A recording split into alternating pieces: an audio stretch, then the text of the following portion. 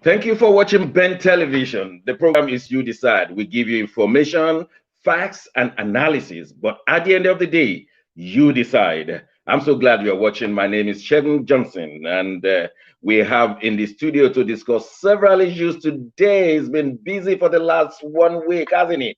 We have in the studio our own in-house researcher, Nat Yako. Nat, you're welcome to the program.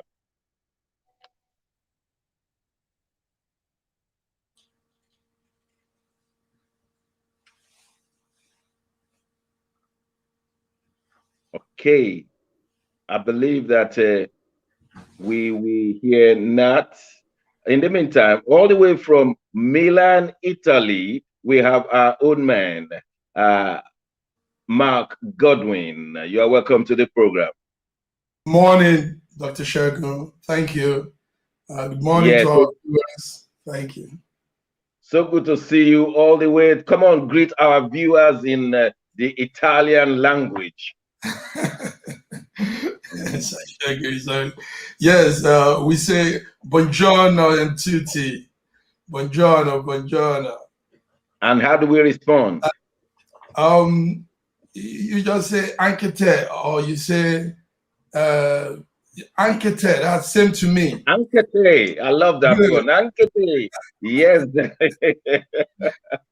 I'm going to learn all languages from there on the bonjour, monsieur, bonjour, mademoiselle, mesdames et messieurs, bonjour, bonsoir. You watch them on the French television. Bonsoir. It's good evening, but now it's good morning. So I'm so glad from the city of London, welcoming the whole world into this show today. And I'm sure our in-house researcher will be on very soon. Well, breaking news, no longer breaking because it broke last night when Derek Chauvin was found guilty of all three charges. Guilty as charged. Let's take a moment to see what happened exactly when he was declared guilty. Members of the jury, I will now read the verdicts as they will appear in the permanent records of the 4th Judicial District. State of Minnesota, County of Hennepin, District Court, 4th Judicial District. State of Minnesota Plaintiff versus Derek Michael Chauvin, Defendant. Verdict, Count 1. Court File Number 27, CR 20-12646. We, the jury, in the above entitled matter as to Count 1, unintentional second-degree murder while committing a felony, find the defendant guilty. This verdict agreed to this 20th day of April 2021 at 1:44 p.m. Signed, Juror Foreperson, Juror Number 19.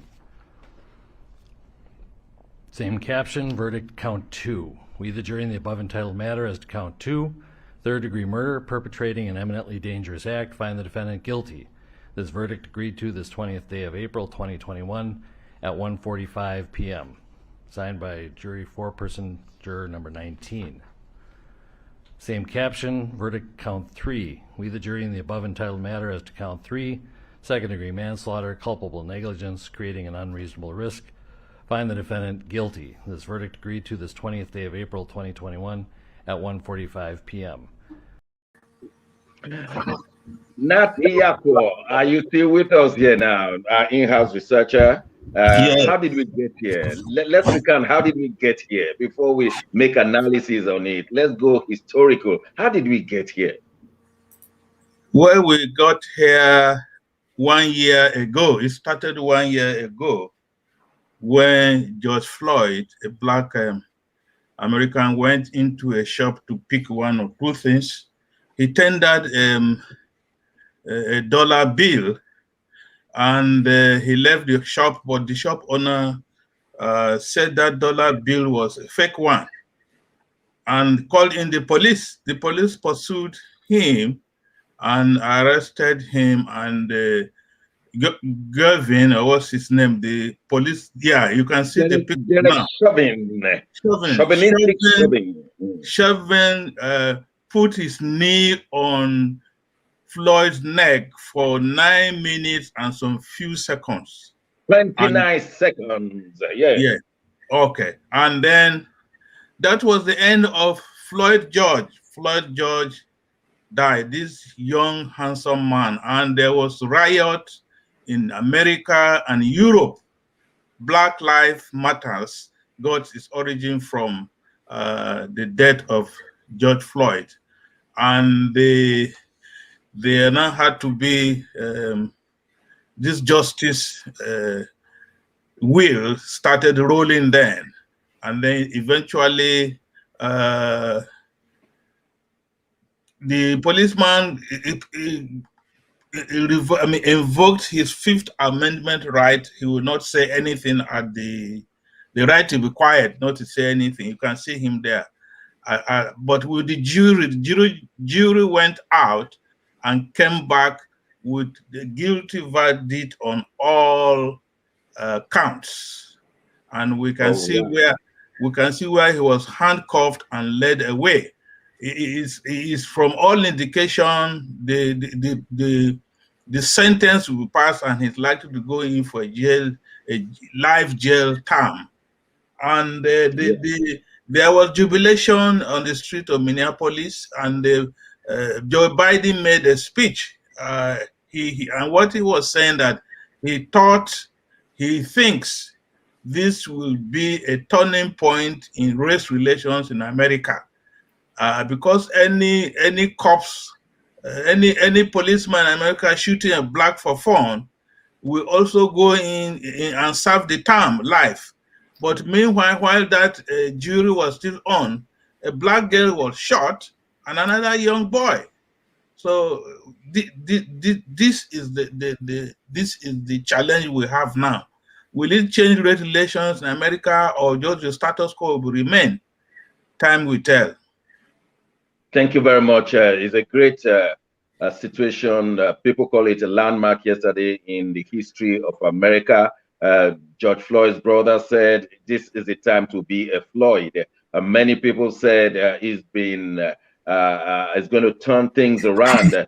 Some are still skeptical that this is judgment, not justice. Justice will be when everybody is showing love to one another and not just relying on judgment. But it's a landmark because no known judgment has ever found the police guilty of killing the blacks. And so this has become a landmark. But let's ask our friend from Milan, Mark, how did they receive the news yesterday in Italy, and what are your views? Thank you very much, Segun. Yes, yesterday was a big day for justice. Former Minneapolis officer Derek Chauvin was found guilty of the murder of George Floyd. This has opened up a lot. It's a worldwide case. It's a worldwide situation. The other side of the world also are now seeing what blacks go through in a country like America. Now, yes, cheers erupted here in Italy, and I know all around Western Europe. Cheers, people were really happy that this jury, thank God for this jury found Chauvin guilty of all three charges: second-degree murder, third-degree murder, second-degree manslaughter. And he is to face, it's a 40-year sentence behind bar. So now we're waiting for the sentencing. That will come in 8 weeks' time. But I want to ask you, Mark, ask you, is this uhuru for African Americans and people of color in the United States? You think justice has come to the society of America, or this is just one of, like Nat pointed out, some killings are still going on even right now? And do you think the American society will use this as a turning point, at 360 degrees, or is just a way in the right direction, like the son of Martin Luther King said? So I think it's just a tip of what is on. It doesn't seem to be like Honorable Nat said. While all these were still going on, we had two cases: a black girl, and a black boy. So we still find ourselves in same situation. that same hole of racism and that same hole of bigotry and all those negativity against the black and the minority race.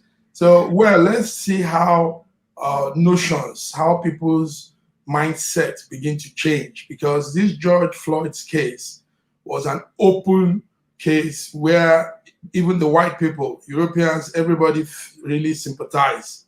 It was, I mean, we also, it was glaring. The world saw it.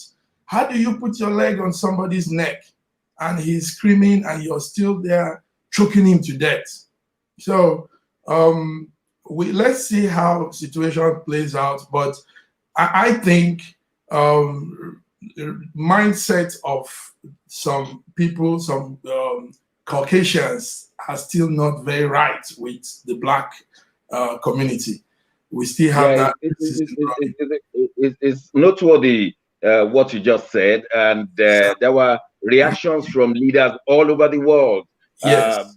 Kamala Harris started it and said some wonderful words and passed it on to Joe Biden, who said, I can't breathe. I can't breathe. Those words should not die with George Floyd.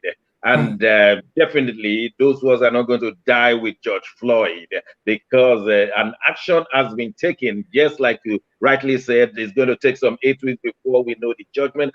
40 years is the minimum he will spend behind the bars will be 12.5 years. And here Prime Minister Boris Johnson said, this is a good verdict. And all reactions all over the world have been that, yes, this is good for humanity, because there will have been injustice in the human race, not just in America, but let us see what happens. Do you think, Nat, do you think the African Americans and Latinos in America, do you think they are free in their mind? You think with this judgment in their mind, in their subconscious, do you think they're still free like any other Caucasian American? The long and short of it that they are not free. You remember when Donald Trump didn't return for the second term, the blacks now said that they cannot breathe. When Donald Trump was there, they could not breathe. Now that justice has been served, the blacks or the Caucasian or Latinos still will not be able to breathe in America, because we are talking of institutionalized racism. America was built on racism. The American Indians were rounded up and massacred. Then the slaves came in, the KKK, the good guys and all these people. So nothing is going to change. We shouldn't deceive ourselves. At least for now. We shouldn't deceive ourselves. Nothing is going to change. Because if the white policemen are still killing black people, when this trial was on, when the jury was on, it means they will not change. The mindset has been cast in iron. It will not change. Oh, well, there's something we need to take into consideration, considering this man, George Floyd. Nobody imagined that George Floyd's death would lead to Donald Trump losing the election, because if you look at the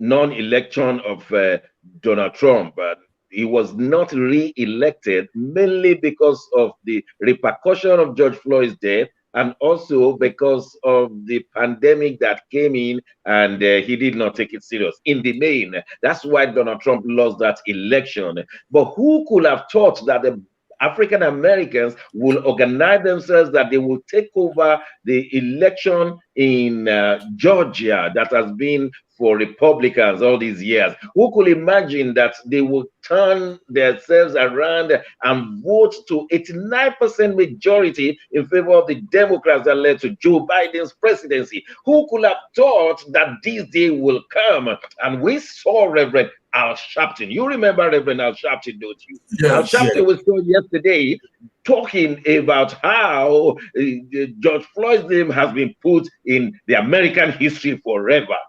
Mark, has this made a mark in the American history and indeed the history of human race? It obviously does. George Floyd created a phenomenon and a wide coverage of what is happening inside America. You know, we all see America as one beautiful, God's own country, place where we feel, most people in Africa feel it's just so wonderful there. But the reality of it is there is deep racism, there is deep bigotry, there is deep hatred for some minority, some group of people. And George Floyd case opened it up. I had chats with friends in South Korea, with friends all around, and it went all over to that point where even some South Koreans could sympathize and really feel for the Black people. A friend of mine in South Korea said they also protested, you know, Black Lives Matter. And this is interesting. Yes, George Floyd's case added some demerit to Donald Trump's presidency. And yes, it affected his re-election, but it wasn't much of that anyway. That's an issue altogether for discuss other time. Oh, but, all right. In leaving this matter, I mean, we just have to leave this matter. But in leaving this matter, do you think the KKK, they're going to lie down, the Donald Trump 70 million, do you think they're going to lie down or they're going to re-strategize? Quickly, Mark. Re-strategizing. They've started re-strategizing. They are coming Nat, hard. do you think they will re-strategize? Nat? Well, the Donald Trump is preparing for the 2024 presidential elections. So he said yesterday. So he said, yeah. But do you think they will, even the Republicans will present it? Well, he will find his way out as he did in the last 4 years ago. He still has the money. He's still controlling the Republicans in the Capitol Hill, and I think he's setting out his own press outfit, a print and maybe electronic media outfit. If Twitter will not take him, he will now have his own means of propaganda. Okay, we'll just have to leave this here because we can go on and be looking at different speakers, Jesse Jackson, and especially the new Attorney General of the African Americans, Ben the lawyer. You remember how Al Sharpton invited him yesterday to come and speak to the rest of the world. They called him the new Attorney General of African Americans. Well, we'll see how that plays out. We'll just have to leave the US and its news alone now. Let's come back home to the United Kingdom, where all of us should be standing up and singing happy birthday to you, ma'am. Happy birthday to you. For those of you who don't know, watching all over the world, today is the Queen's birthday. Today she's 95 years old, and many, of course, will be feeling for her because of the burial of her husband last Saturday. And that how will she be feeling today? Well, she will be giving God the glory for seeing this day, 95 years, and still going on strong mentally and bodily. And so from you decide, we wish her well. But let me give my colleagues a chance to wish Her Majesty happy birthday. Nat, what do you say?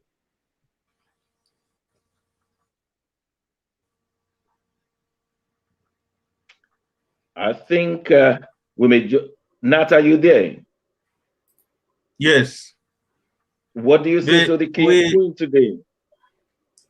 Well, to the Queen, we wish her a very happy birthday and many happy returns of the day. And this will be the first time in 73 years that she's celebrating her birthday without a charming prince by her side. But all the same, we wish her many happy returns of the day, and we wish her God's strength and wisdom to continue in her queenship. Mark, are you receiving the Queen today in Italy? Wow, it's a beautiful one. We want to wish the Queen Elizabeth II, a happy 95th birthday. It's been tough times for her. She has gone through a lot, but she's a strong woman. I now see why she's the queen. You know, she's very resilient, very, very strong. I mean, watching her sit all alone during the funeral service shows so much. It shows her strength, her resiliency, her determination also to keep the firm going, to keep the project going. So the Queen is 95, hooray! And she's like we all know, she's the first child of the Duke and the Duchess of York. So she remains the Queen, and Windsor Castle will today be jubilating. So even though it's a mixed one with the death of the Duke of Edinburgh, but one's addition to age is a thing of celebration. So I wish her happy birthday and many beautiful years ahead. I know the Queen is still going to live longer. Yes, Nat, what will you say? What would be your summary in 60 seconds of Prince Philip's burial ceremony last Saturday? Well, it was precision in execution of his will. Wow. And it brought brothers together, William and Harry, didn't it? Well, to a large extent, we say it was a watershed. We believing that they will build and improve their relationship. Yes, and Kate and Meghan, you think they will be able to patch up like brothers are patched up? Will sisters patch up? No patching up. What Kate Middleton, Kate Williams is looking forward to is having the Queen one day. Yeah, but Meghan is not contesting that. There's no contest in that. Well, you don't quarrel with the future Queen. Mark, let me ask you, because this segment is going fast. You think this will bring the family together and it will be good news from this time on? We hope so, actually, but it doesn't seem like so, because, for example, the Prince Harry left back to meet his family, and one would have thought he would stay for grandma's birthday. So hurrying up to leave the whole scenery means he's probably not comfortable with situations there. So there seems to be bickering still going on. There seems to be animosity still spreading. Maybe the prince didn't want to leave his pregnant wife to for a longer time than what he had done, so he had to quickly rush back. Maybe he wanted to see his son Archie looking for the father. Maybe Meghan was asking, what were you discussing with Kate? We all saw you. Will you come back and report here and tell me what you were saying with that young woman there? You don't know what they were talking about. So maybe, but more importantly, let me explain this. The Queen will not be having any birthday bash today because Yes. the Queen of this kingdom always celebrates her birthday in June. And somebody says, why should the Queen have 2 birthdays? Well, if you want to know the reason, go and become the king or queen. But I'm going to tell you why, because we at the U decide we are for information. And so let's give you the information. It was the tradition which dates back to the 1700s when King George II in 1748 decided, unsurprisingly for many British people, that it would be too cold to have his birthday party, the trooping, the color parade in his actual birthday, which was on the 2nd of November. It will be too cold for those soldiers. So he decided to bring it to summer in June. And that is why the 2nd Thursday of June will always be the official birthday bash for the Queen. So in case you are in Africa, New Zealand, Australia, America, you want to come for this birthday party, don't come today, come on June 12th. This year it will be the 12th of June when the Queen will be having a birthday bash, I presume, the Windsor Castle. I'm not inviting you, let the Queen do the invitation herself. On this note, we will go on a short break. When we return, we will discuss about the teams, the 12 teams that scored themselves. It is called own goal. Don't touch that dial. We'll be right back.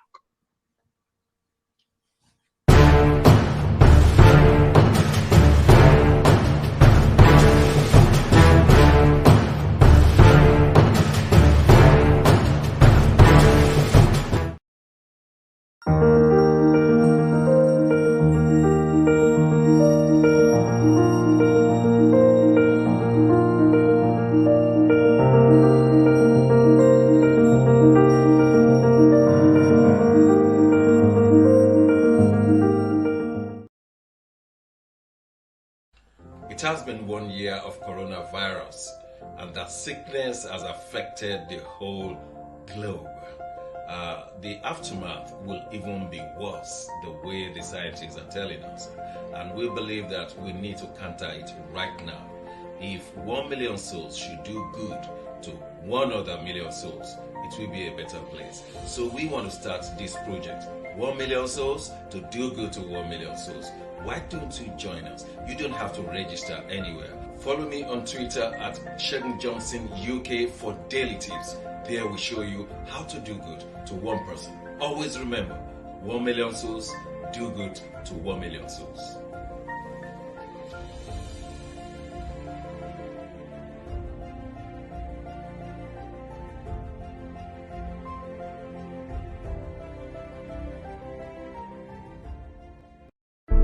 Ben Television has been going for almost 2 decades now, representing the African, Caribbean, and ethnic communities in the diaspora, especially based in the United Kingdom. We have been providing content, various programs to empower, make an intervention, deliver, and enlighten the mainstream community about what it is to be a BAME in the United Kingdom. For almost 2 decades, this has been our ethos, bridging the gap. Now we seek for your support and partnership in delivering what we need to achieve in the coming generation for our youth, either through training, mentorship, empowerment for their entrepreneurial skill, talent, and in their business. Ben Television, bridging the gap, you're welcome to be with us. Thank you very much for joining and being partners of Ben TV, creating that bridge between the mainstream and the other communities in the United Kingdom and in Europe.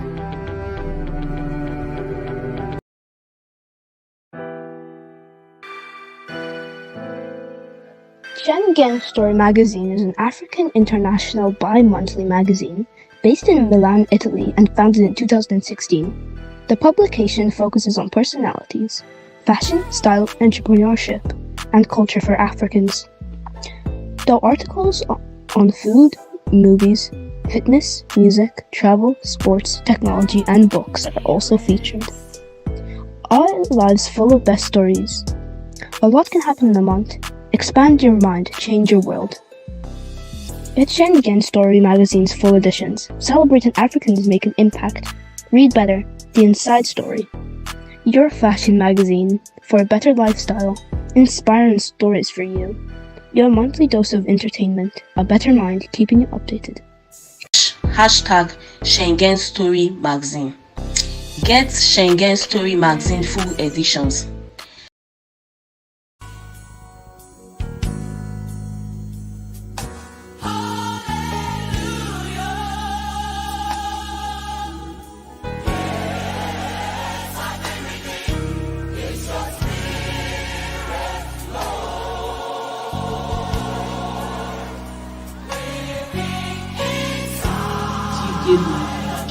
Give yourself away for me.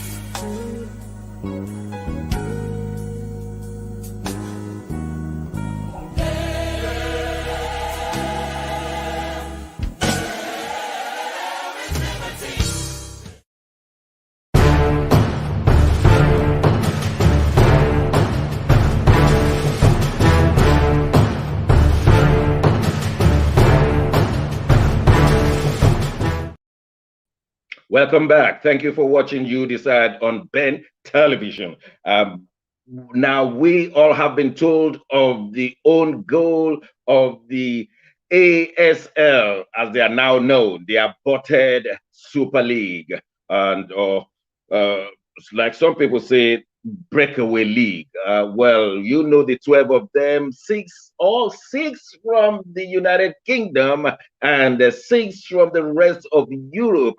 3 from Italy, 3 from Spain, but all of them, as we speak, they have either tendered their resignation to that aborted Super League or they are still trying to do so. All I can tell you is that for the United Kingdom, the 6 of them have left that aborted Super League. It would not happen. But just in case you just come into planet Earth, 12 teams, 12 well-known teams, 12 creme de la creme teams of football decided to form a Super League, and that will not be relegated even if they are performing woefully. But there's a lot of money, we are told, is involved.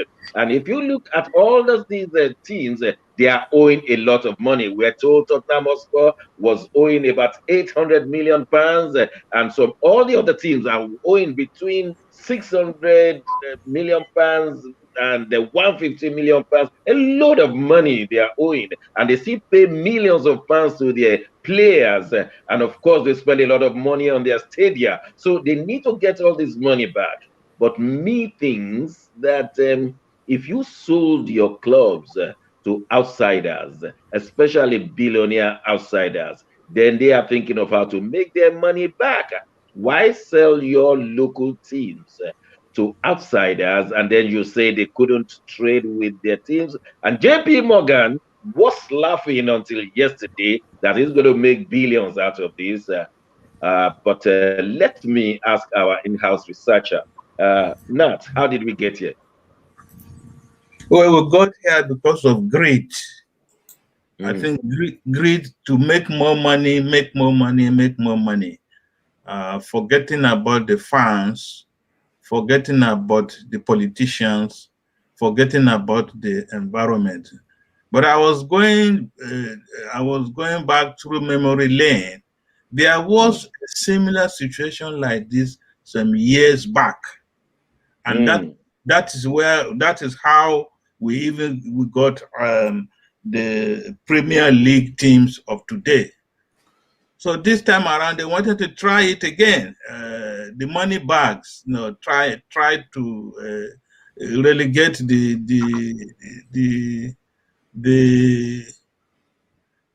what do you call it now? The fans, because actually they are the people paying the few pounds and pence to make what football is today. But they were not going to get they were not going to pay, because this Super League could have played anywhere in the world, and they will make their money through television rights, radio rights, and all those communication and technology gadgets. They were not banking on the local money. They could have gone to play in Dubai, and then they could have gone to meet in the United States and make all their money. So they had pre-planned that even if these European states did not allow them to play, they would go elsewhere, play, and still make their money more than what they would have made here. Otherwise, they should not be owing. But somehow the fans managed to corner them using the combination of what you just said. The politicians, of course, politicians will always be on the side of the people. But did they not consult with anybody at all? Mark, the teams in Italy, Inter Milan, AC Milan, and Juventus, have they said anything so far like we have done here? Yes, Shagun, thank you. While you just introduced the issue, a tweet came into my phone, and the founder of that the new the Europe Super League is from Juve. Juve is the Italian team, and the chairman of that planned Super League is Andre Agnelli. Now, a tweet just came in that it can't go on. He has admitted defeat, and the breakaway will not go ahead again. So it's a very interesting situation because pressure came in, actually. So the tweet just came in immediately you started the issue. The breakaway Europe Super League would have happened if not for the pressure from UEFA, FIFA, even the Prime Minister of the UK added his voice to it. It's a plan that would have actually somehow, I studied it, that it would have increased football business. Football is business, and like they were saying, these big organizations don't really understand the intricacy of the business. They are more interested in the brands and what they make out of it. But these club owners are into business, so they want to make money. Nobody goes into business to just play around. So Juve from Italy, we had three of them: Juve, Inter Milan, and Milan. And why did they not take clubs from France and Germany? Why did they not take Belgium? They have big clubs there, don't they? Yes, they do. Most times eyes are more on this side of the business. The UK and Italy and Spain have more relevance in football business. There's more attention more in the football business. So, and Italians are very good also with organizing such things. So Agnelli did that plan, but now behold, it's not going further. Real Madrid from Spain, Barcelona, Spain, Atletico, all will now have to go back. It's not going to happen again, as the tweet goes. So, but despite this announcement, the English side seems to they are trying to put pressure and make these big corporates understand why they should consider them. Yes, sir. Nat, do you think they're going to lower the amounts they pay the footballers right now? It's like, look, we can't make big money for you, so we won't be paying fat salaries to these footballers anymore. Or will it be that there is a plan B? If they reject this one, there is a plan B coming. Because with businessmen, they never lose. They just retire and then come forward again. What do you say? Well, with the COVID, with the global economy going down, I can't see them bringing out any hard trick. They've tried it before. They can always try it again. Yeah, but this time around, the fans are wiser, and Yes. and you find out that Prince Williams, even in his mourning, came out to to go against the European Super League because he's the chairman of the end. Very, very surprising. Any Super League coming up again for not in the nearest future. Well, I wouldn't want to say that. I would want to say these people are going to plan again. It's like we put in money, we want to get money, but something is going to pay for it somewhere, I imagine. But at least not right now. Well, some people are reacting to it. Please bring in all your thoughts. Those of you who are watching us live, bring in all your thoughts, and I will be reading them as soon as they get to me. You can email us, nigeriansdecide@yahoo.com, and I'm sure to read it, or leave your comments on our YouTube, and it will be passed on to me, and I will read it before the end of the program. Should the Super League should it have been left alone and we watch football at the highest class, or they done the right thing? The riot yesterday was very disturbing. Well, don't let us say riot, protest at a Chelsea football ground, and it led mainly to them saying, okay, we're going to retract and retrace our steps. In fact, at Liverpool, also they say, oh, RIP Liverpool. Thank you for the knowledge of it anyway. And everybody, like what you say now, say no to the Super League, RIP football. Well, all of those pressure helped, and that is why the democratic world is a bit better than autocratic world. At least to a reasonable extent, they listen to the pressure of the people. Well, we will continue to bring you updates on that, because I'm very convinced it's not the end. Some plan B will soon come out. Give them 6 or 12 months. Plan B will soon come out. Let's quickly move to another international affair. We've been discussing international issues today, but let's just take one more. The Chadian president, or rather, shall I say, the former Chadian president, was killed on Friday.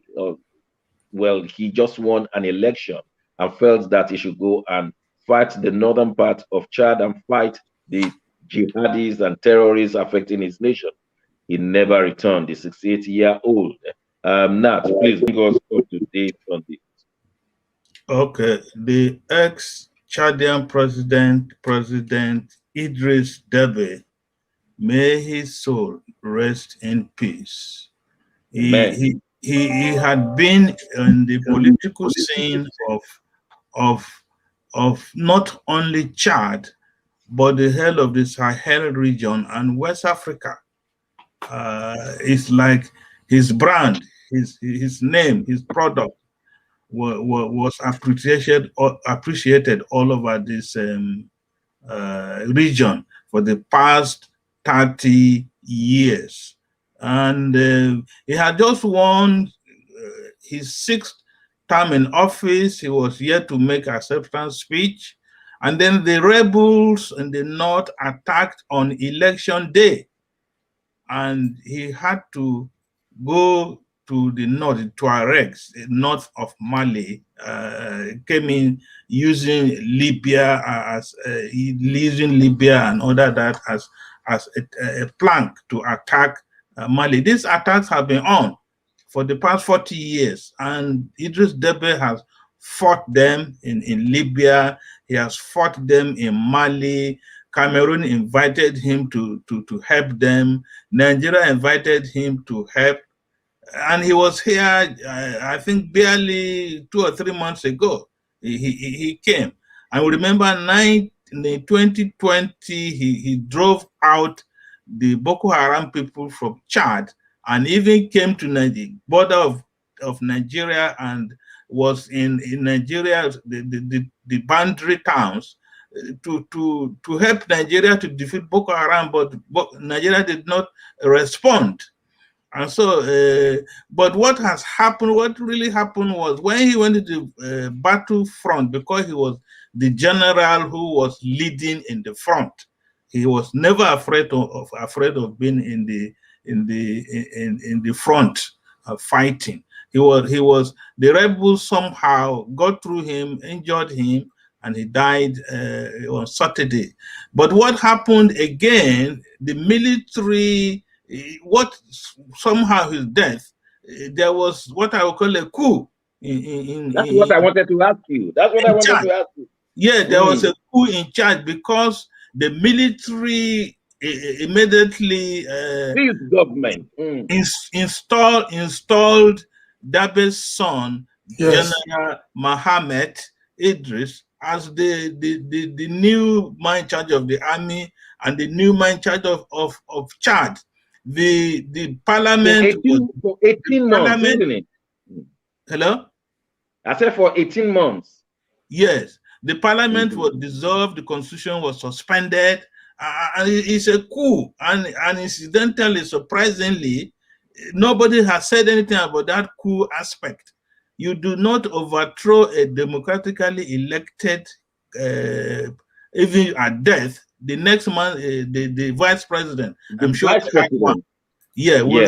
will have been taken over even for a temporary time till they arrange election, but nothing. Nobody is talking about that in ECOWAS, where he was very helpful, though he's not a member of ECOWAS anyway. But even the African Union has will normally frown at any coup, especially when the president died, who was democratically elected.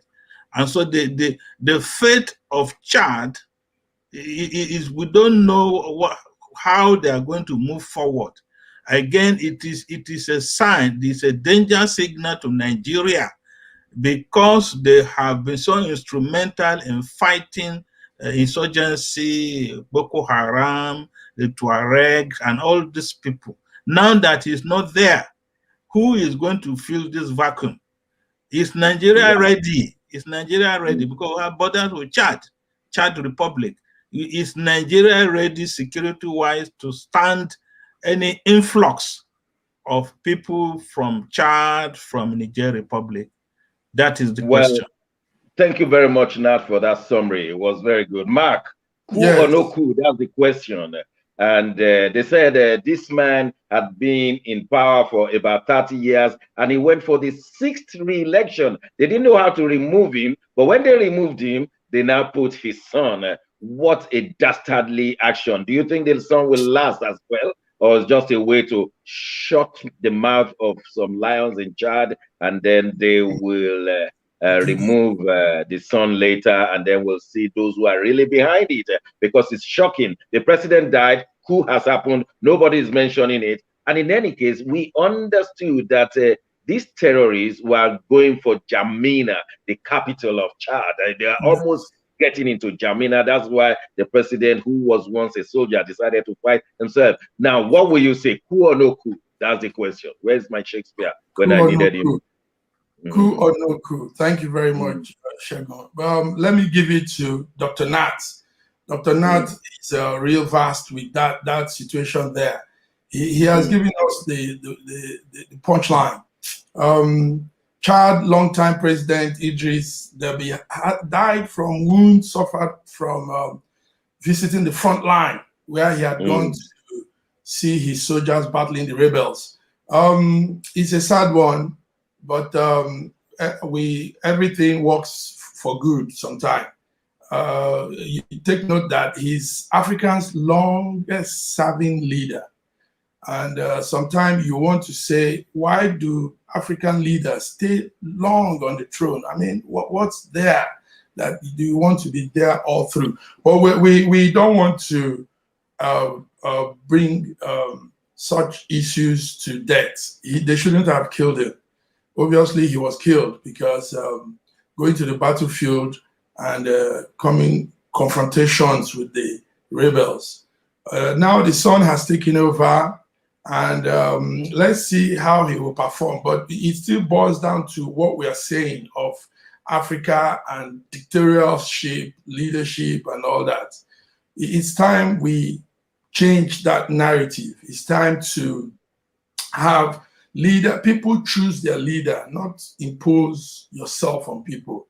Let's, now they've just selected the son. And is that how it should be done?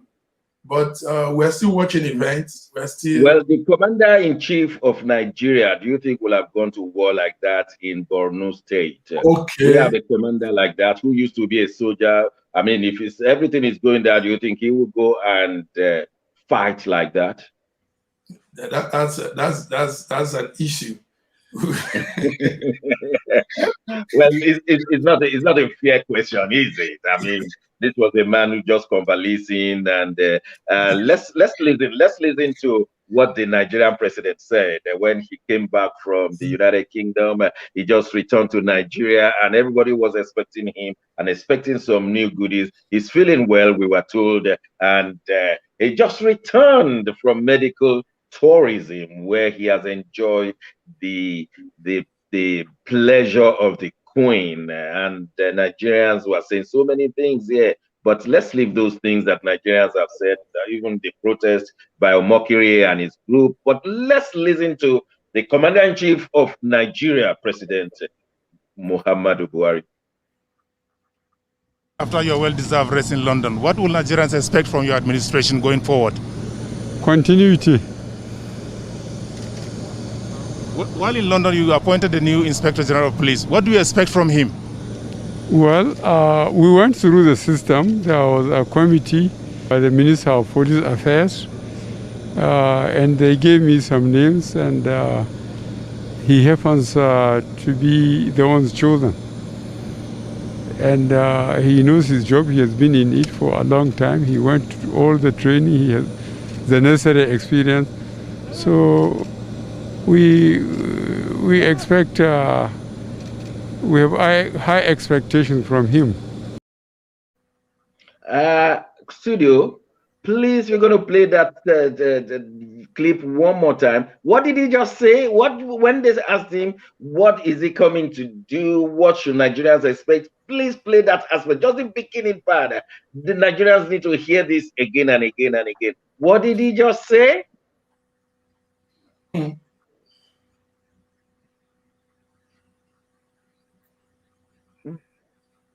What did the president... After your well-deserved rest in London, what will Nigerians expect from your administration going forward? Continuity. While in London, you appointed the new Inspector General of Police. What do you expect from him?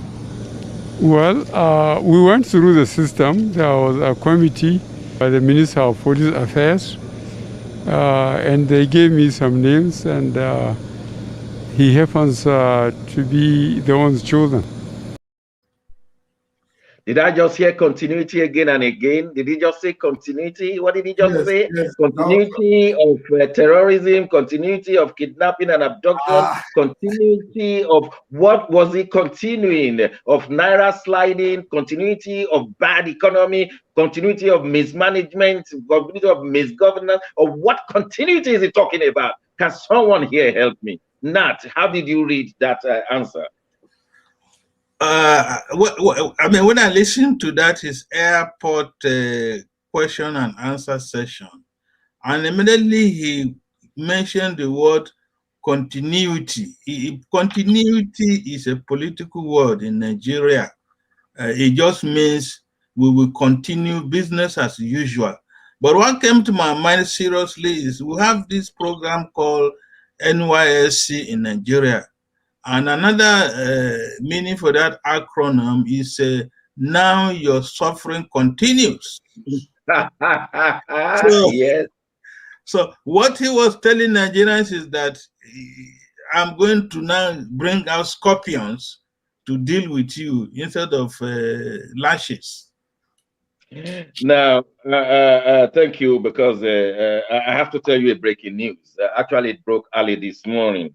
Those of you who want continuity, some unidentified gunmen suspected to be kidnappers have abducted some students during an attack on a private university in Kaduna State last night, Tuesday night, eyewitnesses gathered at the institution Greenfield University, which is located along the Kaduna-Abuja Highway in Chekun local government area. Kaduna-Abuka Highway in Chekun local government area is the first private university in the state established 3 years ago. You will recall that 39 students of a government college were abducted a few weeks ago, and 10 of them escaped or were released, and they still have 29 we call Afaka 29. And this is what the president said, continuity. Mark, what did you read out of this continuity? Well, very interesting, Shegun. March 30th, the president went for a medical checkup in London, and 5 days ago he came back. Well, he meant continuity in his presidential duty, but sad enough, that duty, that what he has been doing hasn't been very impressive. He hasn't met up with the demand of the citizen. So continuity is probably doing his work, but not impressive enough.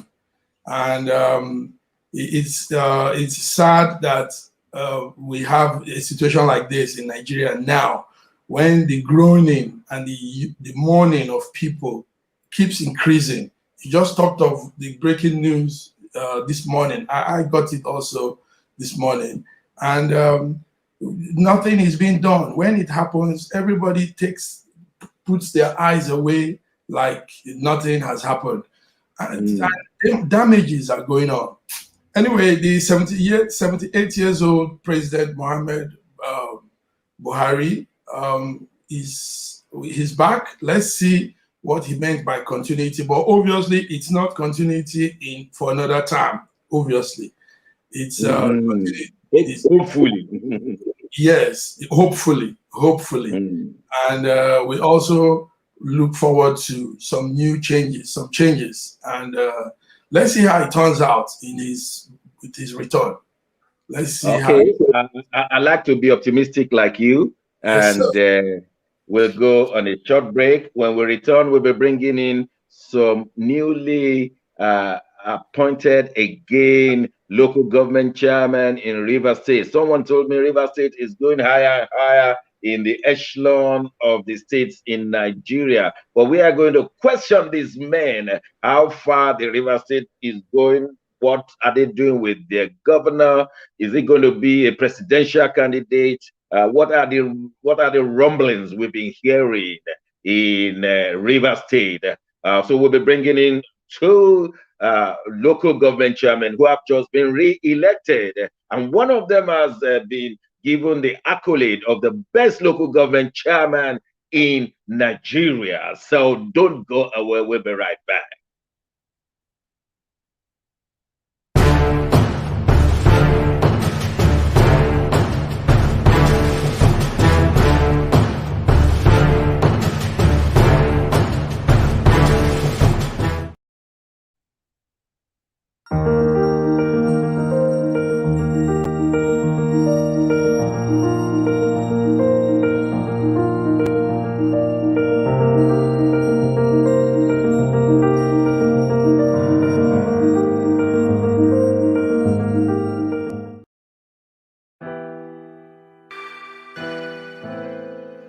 Schengen Story Magazine is an African international bi-monthly magazine based in Milan, Italy, and founded in 2016. The publication focuses on personalities, fashion, style, entrepreneurship, and culture for Africans. Though articles on food, movies, fitness, music, travel, sports, technology, and books are also featured. Our lives full of best stories. A lot can happen in a month. Expand your mind, change your world. Get Schengen Story Magazine's full editions, celebrating Africans make an impact. Read better, the inside story. Your fashion magazine for a better lifestyle, inspiring stories for you. Your monthly dose of entertainment, a better mind keeping you updated. hashtag Schengen Story Magazine. Get Schengen Story Magazine full editions.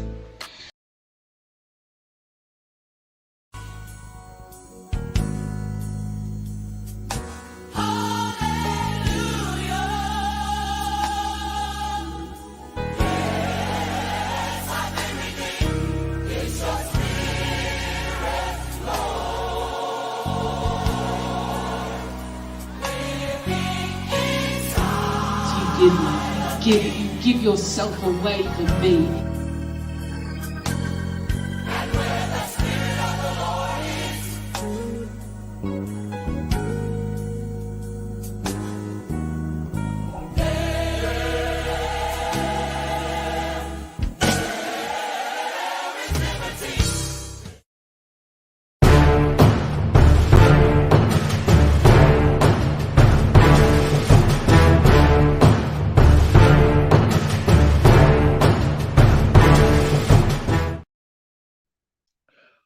Thank you for watching Ben Television. This is You Decide, and you're welcome back. Nigeria has been flooded with so many discussions on printing of Naira with or without backing. But you know that fiduciary issue is issuing currency not backed by gold, silver, diamond, or goods and services. And the governor of Edo State told us that the federal government printed 60 billion naira just to distribute among the states.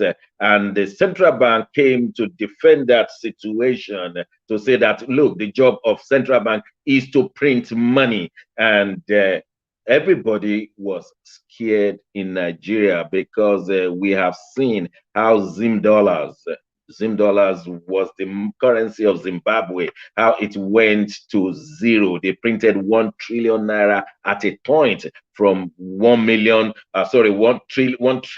Zim dollars, from 1 million Zim dollars to 10 million Zim dollars to 1 billion Zim dollars. Then one day they just decided to print 1 trillion Zim dollars. Upon all, it collapsed, and the same thing happened in Venezuela, where the money could no longer be used effectively. In Venezuela, we're told, while you are drinking a bottle of beer and you say, give me another bottle, they say, well, the price has doubled in the last few seconds. I mean, it was that bad. And so Nigerians were absolutely scared, especially because of petrodollars was going down by last week, and the Naira was sliding in the last 6 months. And so nobody was feeling happy about printing fiduciary issues. But Nigerians have come up to look for Idi Amin's film. Let's watch this clip, a little bit of clip of Idi Amin. Idi Amin insisted that the Ugandan currency, Uganda shillings, they call it, should be printed whether or not they have goods and services. In fact, he said they should print dollars. Now, listen to this one.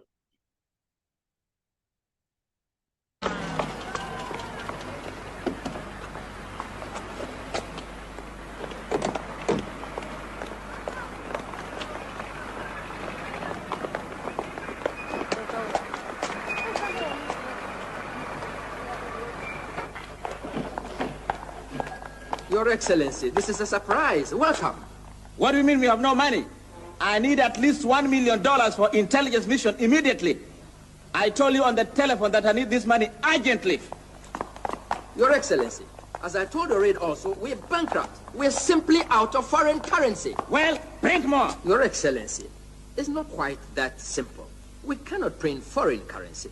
I'm having a lot of difficulties these days in persuading our foreign suppliers to accept late payments. The Uganda shilling is worthless today in the foreign market. In fact, worthless than toilet paper. Toilet paper? You call Uganda money shit money? Take Governor here outside and show him what we do to shit. Imperialists will not run Uganda's banks. Yes, sir.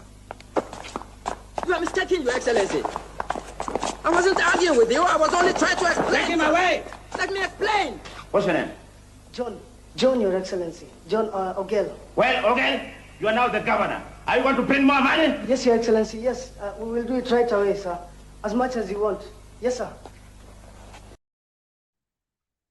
Well, that was just a clip from Idi Amin. We acknowledge the producers of that film, and it was actually what happened while Idi Amin was the president of Uganda.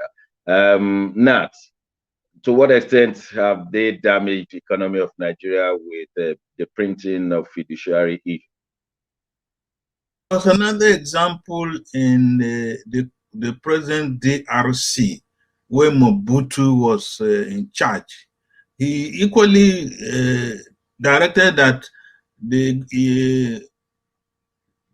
DRC Zaire currency should be printed to such an extent that they got a helicopter to drop the money on the people in Zaire, and the people scrambled for the money and ended up in the hospital. So the Nigerian issue is sad, it is sympathetic, it's shameful, it's a disgrace. And from the little economics I know, when you print money and there is no corresponding productivity and services to that currency, you have just invited hyperinflation in the system. You have a lot of money chasing very, very few or no goods or services. So that is the situation we're heading to. And for the government to behave like an ostrich, burying his head in the sand and exposing his outer body, doesn't really change things. It worsens the situation. And especially with with the insecurity we have in the country, there's no productive activities going on. Everybody is on strike. Then Nigeria is just anybody saying it's not a failed state is not being fair to us as a nation.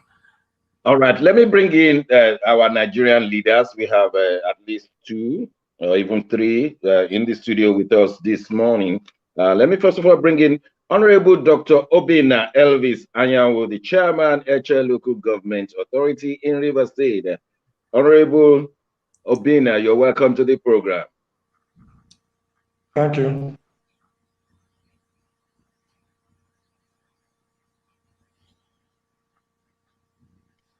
We want to see your face. The viewers, we want to see your face. Yes, you are welcome to the program, sir. Yeah, thank you. Good afternoon. Yeah, good afternoon. Oh, it's afternoon in Nigeria. No, okay. It's morning. Okay, it's morning already. Sorry, it's morning. It's 11. It's morning. Yes, I know. When you've been working all day long, all night long, I can understand. Also, we have Honorable Engineer Samuel Nwanosika from Ikwere. Is the chairman of Local Government Authority in Ikwere, Rivers State. You are welcome to the program, sir.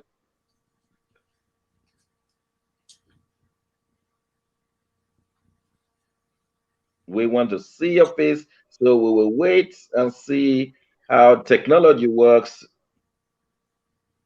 from Ikwere. We want to see your face, and it's important that our viewers see your face. Do we have an Honorable Ndimele in the house as well, so that we can welcome the 3 of you together? Okay, while we are waiting for them, Dr. Anyanwu, you are welcome to the program. And please tell us, how did the election go, the last local government authority election? How did it go in Rivers State? Well, it was peaceful, as we all saw. The elections on the 17th of April, for me, it's one of the best elections ever held in Rivers State. It was peaceful. Umpires being reset were apolitical, and it was violent history. It was relatively peaceful. There was no violence recorded anywhere. How many local government chairmen in all in Rivers State? 23. How many did PDP win? How many did APC win? PDP won all 23. Oh, okay. And it was a good. Did the APC take part at all? No, APC did not take part. No, they didn't. Why did they not take part? You want to tell us? They felt, for me, they felt that they were not capable. That is it for me. Because for you to run an election, you should be able to know or tell your people what you have done for the states, what you have done for the local government. And because as PDP candidates and because we have a governor that has done so well for the states, it was easy for us. APC came out and said they are not going to contest the elections. It was their own decision. Other parties came and we went on to the pool. That's it for me. Okay. We read in the papers that Governor Wike said he was pulling out from the State House. He's no longer staying in the State House. What's that all about? He's going to his private house. Do you know anything about that? I don't know anything about that. That's his own personal decision. If he's taking such a decision, every man has a right to take a decision. So that's his personal decision.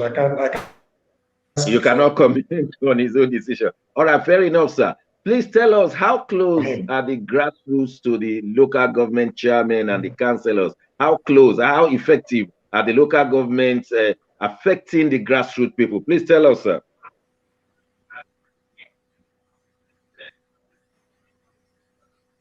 As a local government chairman, he has saddled with every power and authority to make sure that you are the grassroots level. That is the closest, that's the closest arm of government to the grassroots.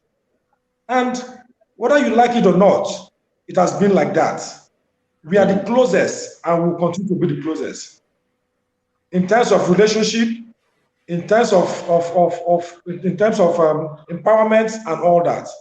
With the local government chairman, we interface with the grassroots at every point, every minute, every second.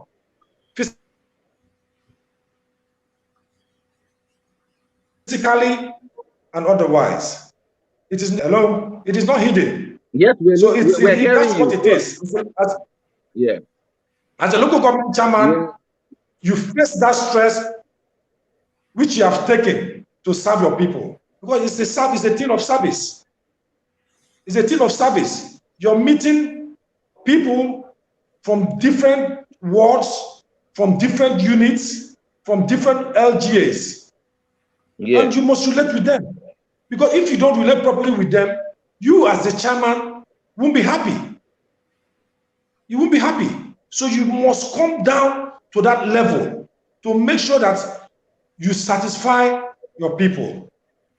You might not satisfy everybody totally, but you must make sure you do your best to make sure that your people are happy in different ways. Mind you, you know that you have the aged women that go to farm, you have the aged men, you have the youths, men wing, you have the female wing, and you have the traditional institution to handle. So it's a very big task. You must look for a way. That is why at every point in time, like my own self, I always pray for God to give me wisdom. Because with only wisdom, you can manage such. Yeah. Okay, one more question, because I have other people who are coming to the studio. One more question. How do you receive your revenue? Is it directly from the local from the federal government, or you still collect it through the state government? Yeah, we still collect it through the state government because we don't go for FAC. Oh, okay. But what does the constitution, the amended constitution, say? Does it not say you can collect directly from the federal government? It doesn't say so. We're not saying so. If that is what is on the papers, well, that is not what is happening, because that is not it. If they say we are collecting directly, we should be able to see. But it still comes through the states and then trickles to us. Okay, all right. Let me welcome into the studio Mr. Richard Victor, or shall I say Chief Richard Victor. Chief Richard, finally, you are here. You're welcome to the program. Yes, Anosike, I've been waiting to connect. Yeah, I've been waiting to connect. I've been trying. Can you connect him, we please? try to we even mentioned his name, but we can't. It's on now. It's on now. Let him get in, please. Okay, where is Honorable Samuel? Samuel Wanosike, yeah. Wanosike. Yeah. You are welcome to the program.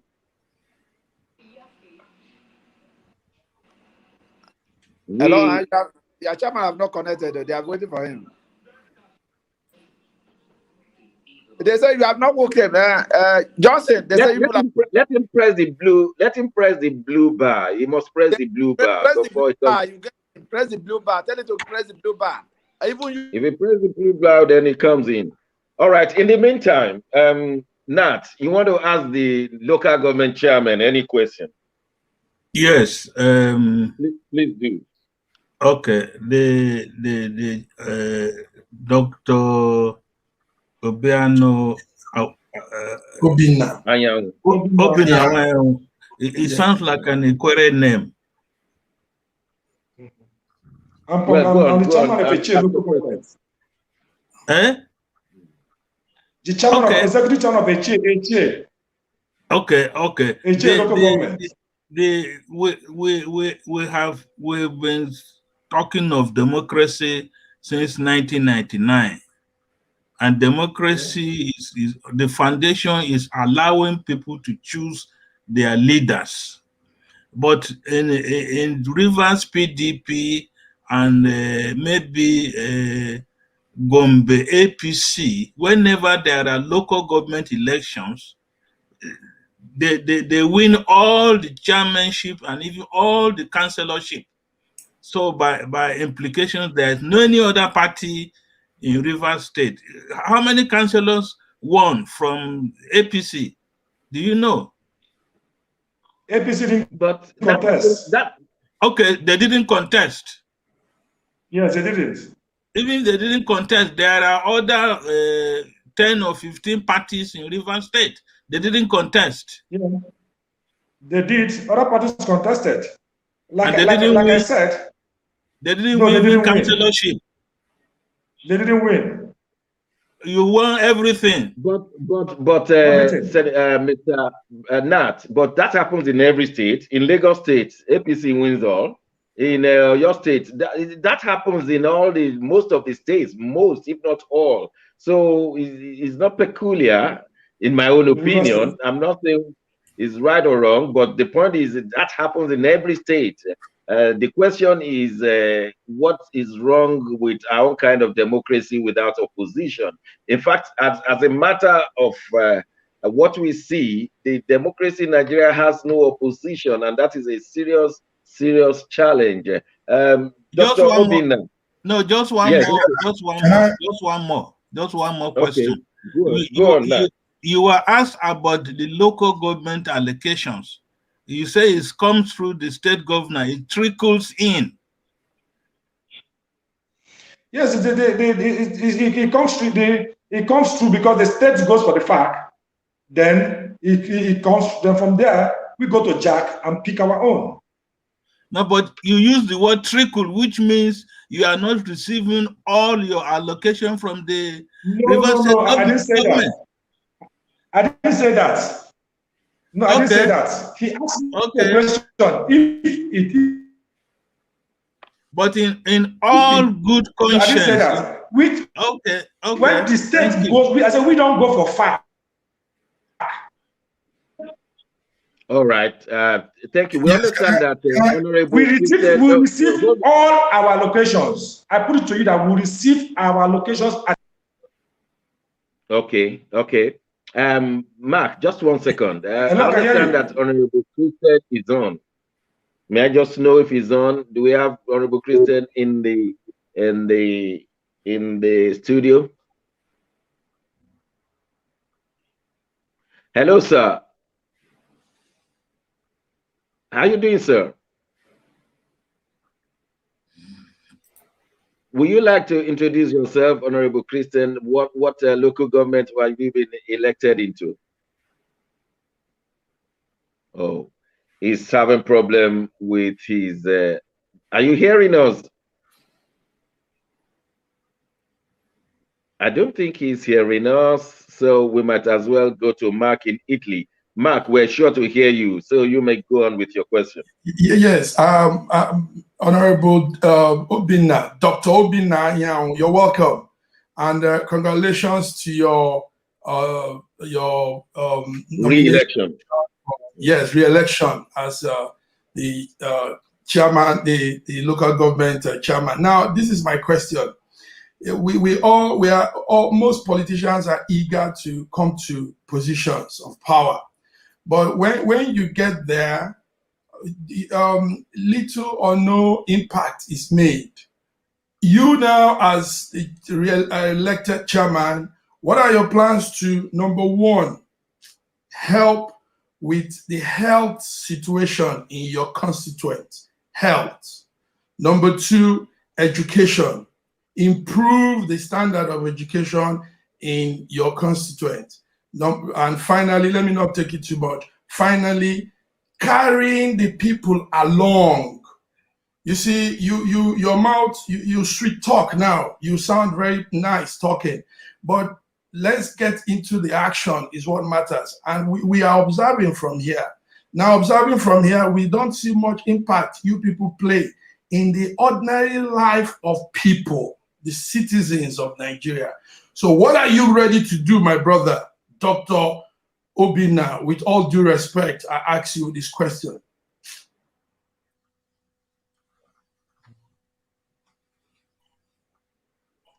Dr. Obinna, it's your turn. His network has probably gone off. Dr. Anyanwu, are you hearing us?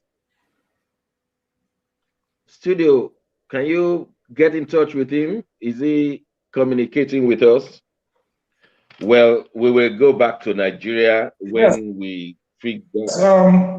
For me, like I said, yes, sir, we are saddled with responsibility for servicing. We are out to serve our people. I'm being re-elected again. Can you hear? Yes, we can. Go on.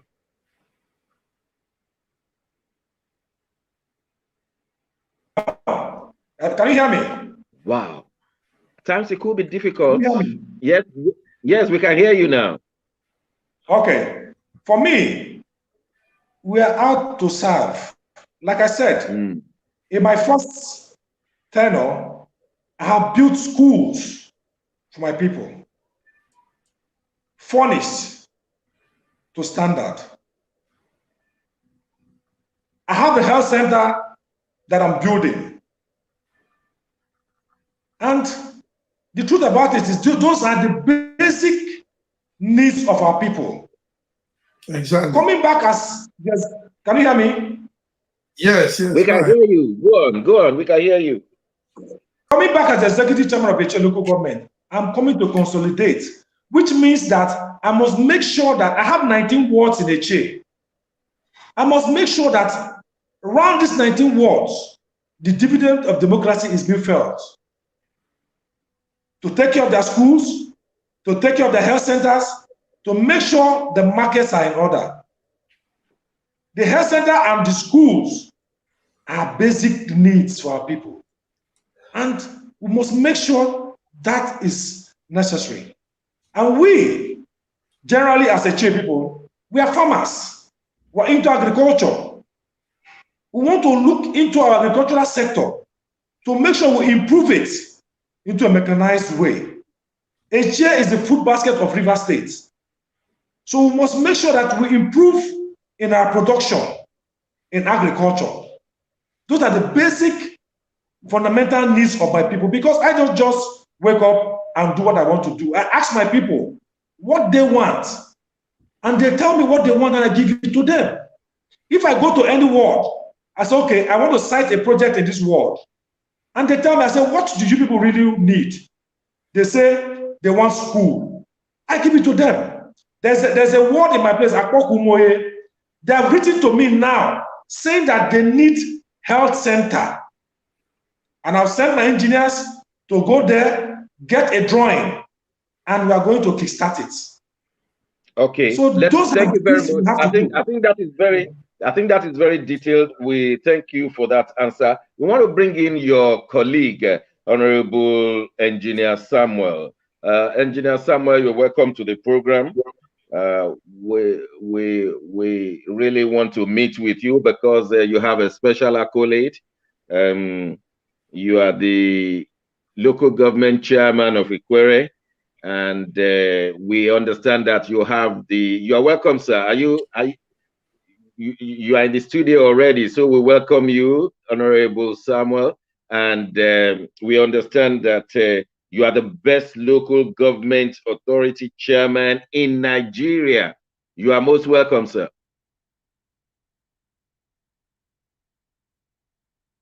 We need to hear you, sir. Hello? Yes, we can hear you now. Hello? We can hear you. Can you hear us? Can you hear us? Chairman, can you hear me? Hello?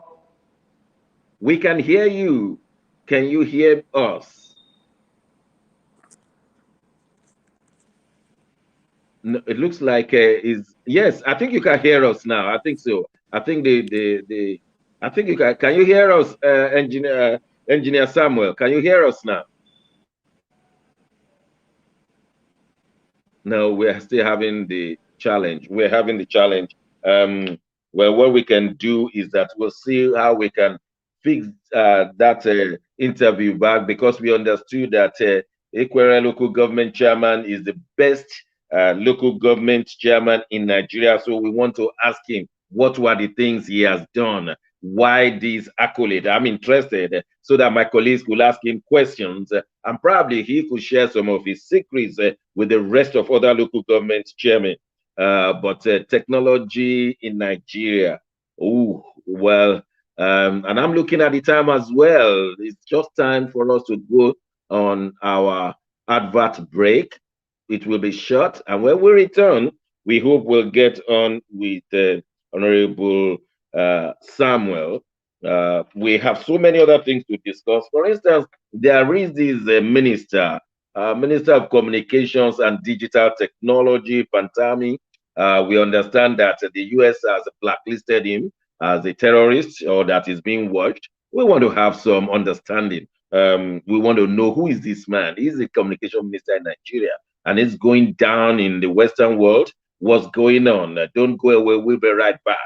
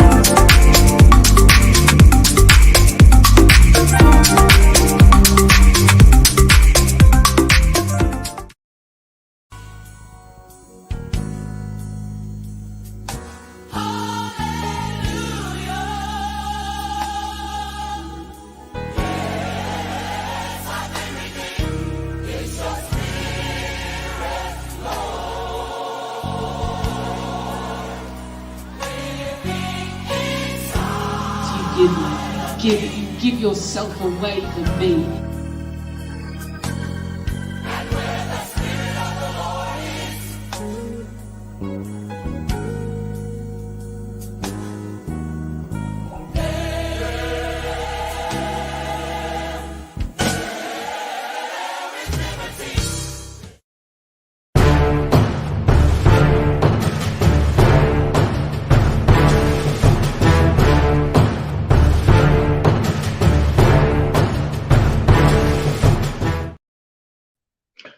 Thank you for watching Ben Television. The program is You Decide. Give you information, facts, and analysis, but you are going to decide yourself.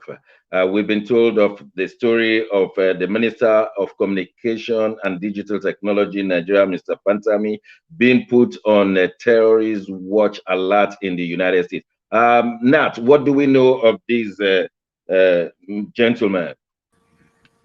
Well, he's Dr. Isa Ibrahim Pantani. Was born in 1972 in Pantami village in Bauchi State, now in Gombe State. Attended primary school, secondary school, went to the university, has a first degree, second degree, and a PhD, all in sciences, technology, especially computer sciences. He was a lecturer in Abubakar Tafawa Balewa University in Bauchi before he was appointed as the DG, Nigeria Information Technology Development Authority. And eventually he became a minister on November 19, 2019. And since then, he's the Ministry of Communication and Digital Technology, Digital Economy. 12 years ago or thereabout, he's also a sheikh. And before you become a sheikh, you must be well learned in the Islamic religion and practices. Isa Pantami had opportunity of having public space to make utterances saying that he's happy when the kafiri is, if you are not a Muslim, that's the long and short. He was happy when the terrorists kill Christians. That is what he was saying. And he was saying. Now we're going to discuss this man thoroughly, whether this program or next week. We really want to know who is this man, what's been talking about, why is the US after him? Is it true that some people have his Twitter and all the rest? Because we want Nigerians to know exactly those who are ruling them. I don't know how old is he, but must be a young man. And he was born 1972. It was born 1972, so he's a very young man. Under 50. October. So the thing is that what I'm trying to say is that we have to spend a lot of time discussing this man, because if he's the Minister of Communication and Digital Technology and he's having such problems in his life, and we don't know the core of those running the affairs in Nigeria, it's a very sad situation. I really want to invite Engineer Samuel Nwanosike, right now the chairman of Local Government Authority in Ikwere, local government in Rivers State. Honorable Samuel, are you with us now? Yes, I'm with you. Thank you for the opportunity of joining you in this wonderful program. Honestly, let me tell you, Honorable Samuel, why I am so much interested in having you on the program. Words have gone that you are the best local government chairman in Nigeria. How did that happen?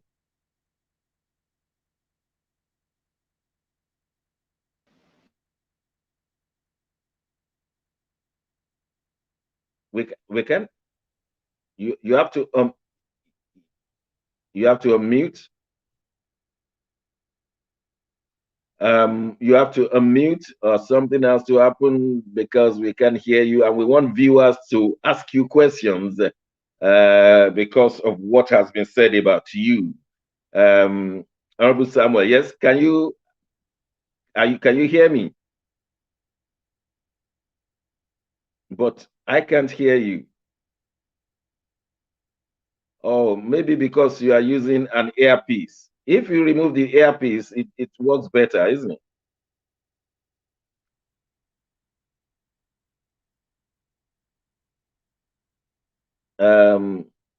I can't hear you. Well, maybe before we run out of time, we will come back to you. Your colleague has really said so many things, how you serve the grassroots and how he's been bringing things to the words. We just want to make sure that we are not giving all the space and time to presidents and governors talks. We want to get to the grassroots, like local government chairman. That's why we want you to talk to the people. We'll be bringing other local government chairmen, people and councillors, people who should be dealing with the grassroots, how much they receive in a month, in a year, how do they spend the money meant for the people. These are the issues Nigerians want to know. And that's why we are starting with you, because of what has been said about you, that you are the best local government chairman in Nigeria, probably in Africa. But we want to hear from you. My colleagues are itching to ask you questions. How much do you get per annum? How do you spend the money? And how are the people measured, whether they are happy or not? These are issues we want to ask you. And I don't know, Engineer Samuel, is it possible you talk to us now? Can you hear me now? Yes, we can hear you. Go ahead. Okay, fine.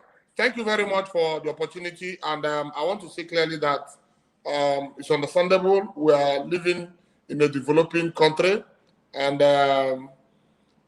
we'll have one of these issues with technology. We'll give God Almighty the opportunity of working for our people. It's a rare privilege that your people will, among all the lots of their kids or those qualified persons in the environment, choose you via the votes to be the one to manage their resources at the most important level of government, which is the third tier of government. I call it the most important level of government because all over the world, even in the UK where you are, the most important government is the government close to the people, which is the city government. For instance, a lot of people in London do not really care what Boris Johnson and his crew will be doing, but they will take great concern on what the mayor of London is doing. And that is the way we think that Nigeria can grow faster. Imagine a scenario where 774 local governments in Nigeria is working with a very encouraging speed, and a lot of resources are made available to them to attend to the needs of the grassroots people of this country. The 200 million plus Nigerians are actually concentrated in this third tier system. And that's why we are clamoring for restructuring.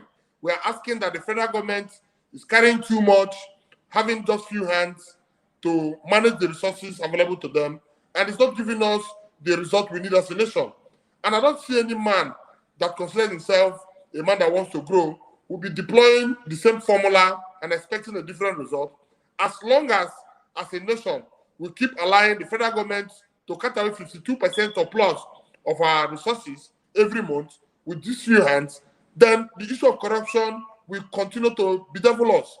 And if we don't come back to the reality and say, look, we must give attention to the third tier of government, the second tier of government. These are the governments that are actually feeling the pulse of the people. And the first tier of government should take care of our external affairs. External affairs like national policies, economic policies, aggression coming from outside, and allow the states manage our internal security. For instance, I don't understand. We're learning from the American system, yet we don't want to learn properly. In the American system, they have local government policing. They have state policing. Yet in Nigeria, it's difficult for us to have. In the American system, economics are state economics are competing with one another healthily, and they are growing fastly. The California economy is competing with the Denver economy, and that's how it's supposed to be. Philadelphia is competing with Texas. That's how it's supposed to be. For us here in Nigeria, we are allowing a system of government that only what the center says, only what the center does, only what the center would want to do should go through, and that's the problem. And how many people are in the center? How can less than 1 million people think they can offer service to over 250 million people or plus? And that's the problem. So for us, we thank God for giving us a leader like Ezeboye Sowike, who is building young leaders like me and Dr. Obi Nayan, who I just spoke to you, across the 23 local government of Rivers State and 319 wards of Rivers State. And we are making sure that the impact of democracy is felt in all these nooks and crannies that make up Rivers State. What is democracy? Okay, let me ask you a question, sir. Apart from what you have spoken, which is, if I hear you correctly, restructuring our constitution or the way we govern, that is number one. But more importantly, why were you called the best local government authority chairman we ever had in Nigeria? What did you provide for the Ikwere people that they have measured you and they say you are the best? We want to hear. Yeah, well, I want to thank God Almighty because He's the one that gives wisdom to lead. And I want to also thank my team. I think I have one of the best teams in the world. My team believes in selfless service. We sat down together as a team of young men and women and say, look, we want to rewrite our history as a people. Ikwerre local government, if you know where we are coming from, it's a local government that cannot be reckoned with anything that you can check that's happening in another local government since our local government was established in 1958. So we decided to take that bold step, and it has paid off. You know, when you make sacrifices and the results are loud for people to say, people will applaud you. All over the world, a lot of people have a different impression about governance. But we, as young people who have had the opportunity of being educated, we say, look, nobody can build the Ikwerre local government other than we, sons and daughters of the Ikwerre local government. And how do we build the Ikwerre local government? It's not by stealing from the local government. It's that by making sacrifices. I have a team that have gone through a process of working for the local government without taking in person allowance for over a year, 8 months. Because we want to achieve the results we have achieved today. We have a local government, Ikwerre local government is 13 political wards. And we have projects in all the 13 wards. So the people of Ikwerre local government have seen clearly that these ones are ready to manage our resources. They hear that we are running a local government system. Yes, we are not owing worker salary. We are building infrastructure. We are sending our people back to school. We are sending our people back to farm. We have won the war against insecurity in our local government. We have brought in bylaws that have brought harmonious relationship between our farmers and the herders. Today, farmers and the herders' crises are not taken for granted in the Ikwerre local government. I have a question for you, sir. I don't know whether my colleagues will have, but a quick one. Why is it that there is no opposition in Rivers State? I mean, a meaningful opposition. When Governor Nweke contested the governorship election, APC disappeared. They just nullified themselves. We know the story. And then now it appeared that they didn't even participate in this local government election. What has happened to opposition that will make democracy work better in Rivers State, sir? Well, if you say there are no opposition, then that is not correct. There are opposition, but APC, as one of the opposing political parties, have bad leadership structure. When you have a man who cannot lead his immediate family come to lead a public or a group of persons, then you have a problem. APC is a political party that shot himself on the foot or on the forehead, whichever one you want to choose, by allowing their internal disagreement to tear their party into shreds. That is why they were not able to present candidates based on the ruling of the Supreme Court in 2019 general election. A political party that is torn into parts. Magnus Abe is heading one, Rotimi Amechi is heading one, Igaguma is heading one, Obobula is heading one. Different persons are heading parts of their own group, and they have divided against itself, can't stand. And so that is why APC didn't contest the last local government election. Because the SEC is saying we have different nominations from different groups, all answering APC. Magnus Abe faction is laying claim that they are the original faction, they want to send candidates. Rotimi Amechi faction are saying no, they are not going to participate because they believe that because Rotimi Amechi conducted a charade local government election when he was a governor in a hurry for 3 weeks, so also an election that has followed due process conducted by the current SEC, head by a retired justice of one of the best courts in Rivers State, and has followed the steps and laid down procedures, and other 17 political parties contested, people campaigned. In fact, let me even ask you, sir, is it possible that people will see a man that have done good for them and pay him back with bad? In why we are asking that people should do the right thing, and then so we can have transferred the 319 wards of Rivers State, and it has projects in all the wards, and all the 23 local governments in Rivers State, so we is doing things that we cannot imagine that the government can do.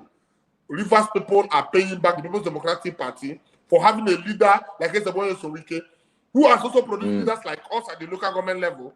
All my colleagues are working as if their life depends on this job, because We want to rewrite let me allow my colleagues to ask you a quick question, please. We want a quick answer because time is almost up. Nat, do you have a question for the best local government chairman in Nigeria, or probably in Africa? Yes. I am Honorable Samuel. You're welcome. Please, can you tell us what is your internally generated revenue in your local government? How much is it? Okay, as you speak, our internal revenue is a work in progress. It's fluctuating on a monthly basis between the range of say 9 to 10 million on a monthly basis. Sometimes it drops, but because of the coronavirus situation we have found, the economy is set to peak. So we are still putting measures. In fact, as we speak, I just finished a meeting with the ICT team trying to build an ICT hub so that we don't want to interface with those who want to have any revenue business with us or pay taxes to the local government. All you need to do is just go to your system, get to the section that is your concern. If it's tenement rate, if it's fencing permit, if it's land rate and assessment, whatever is sanitation or sewage, you need to pay to the local government.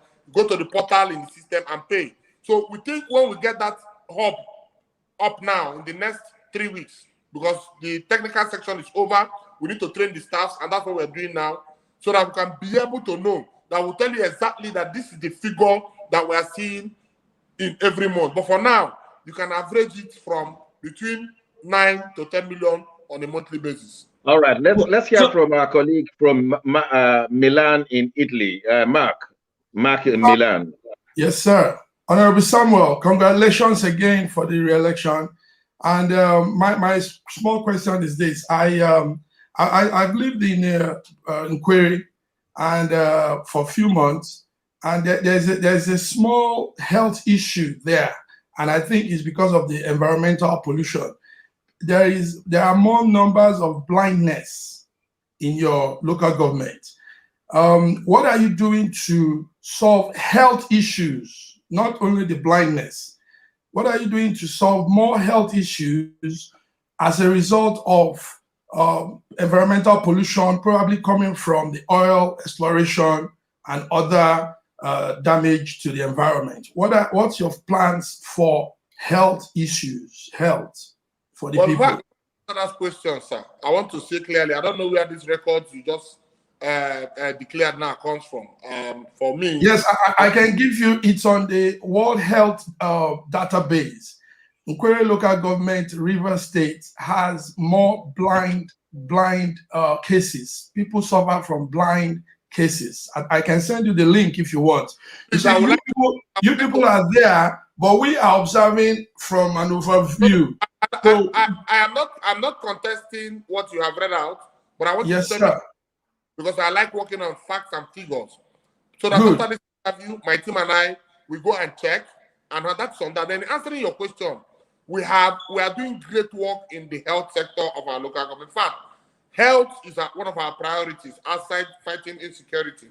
As we talk, in my first time in office, we have started building our health facilities. We're building a hospital in Igruta that we are through Free State right now. We have rebuilt completely the hospital at Adanta, which we used in conducting the free medical care we did with an organization called Obaka. Just left back to America. They came in with 112 medical professionals, all living in America and Canada. They brought the drugs from America. They brought all the technical experts from America, and the local government provided funds available for them. We attended to people on their eyes. We attended to people on major knee, bone, back surgeries, tooth surgeries, other surgeries, and they were giving professional health advice for complete 10 days. These professionals came in from Canada and America, and the Nkweri local government hosted them and made sure our people had the dividends of democracy through the health sector. As we're talking in Omawa, I am building a brand new hospital to attend to the cases of our people. You know that the local government system is a system that has little resources, and that's why we are crying for restructuring. Imagine that the local government has more resources and the local government is doing as it is supposed to do. We will not be having the problem that we're having today as a nation. All right. The problem we have All as right, a nation. Honorable Chairman, it appears that the technology or the challenges we had earlier had taken most of our time. I'm sure that you'll be able to return to this program in the near future so that you can explain more, because we want to bring the governance to the grassroots, and we want people like you to come and our viewers to ask you questions. I have a few questions that they have been sending to me here. Some of them have been posted while you were talking, but we cannot take all because of time. I'm sure the producer will get in touch with you and then try and rearrange when people will be able to ask you questions. And we want to thank you and thank Honorable Obinna Anyanwu for attending our program today. We hope to be talking to you very soon, and of course to other local government chairmen in other states. That's how far we will leave it with you today, because we just have to show Nigerians and all our viewers what the young people are up to. There is what we need to know is that the name of Nigeria is going everywhere in the world as leaders. We are born to be leaders all over the world. Maybe that is why we are having challenges in leadership at home. But look at what is trending all over the world. This young lady danced to the songs that we all were used to when we were in primary school, and the whole world is watching her and are amazed. It's on this note that we will bring today's episode of You Decide to an end. I want to thank my colleagues who have been with me, Nati Yakwa from London, Mark Godwin from Italy. But watch this lady who is saying thank you very much. Go, go, go, go. Whatever you see, CCA, go.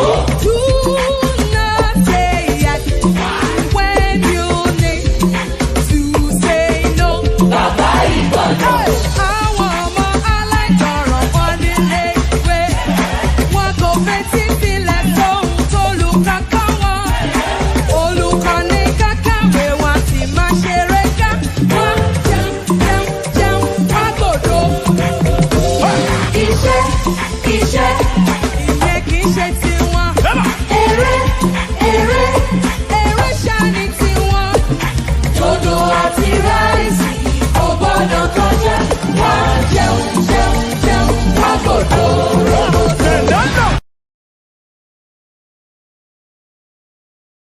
That's how far we can go today. We want to thank you all. Thank the studio crews, All Saints, Anthony Herzl, and of course, our executive producer, Dr. Alistair Shiode. Until next week, God bless you all, and God bless Nigeria.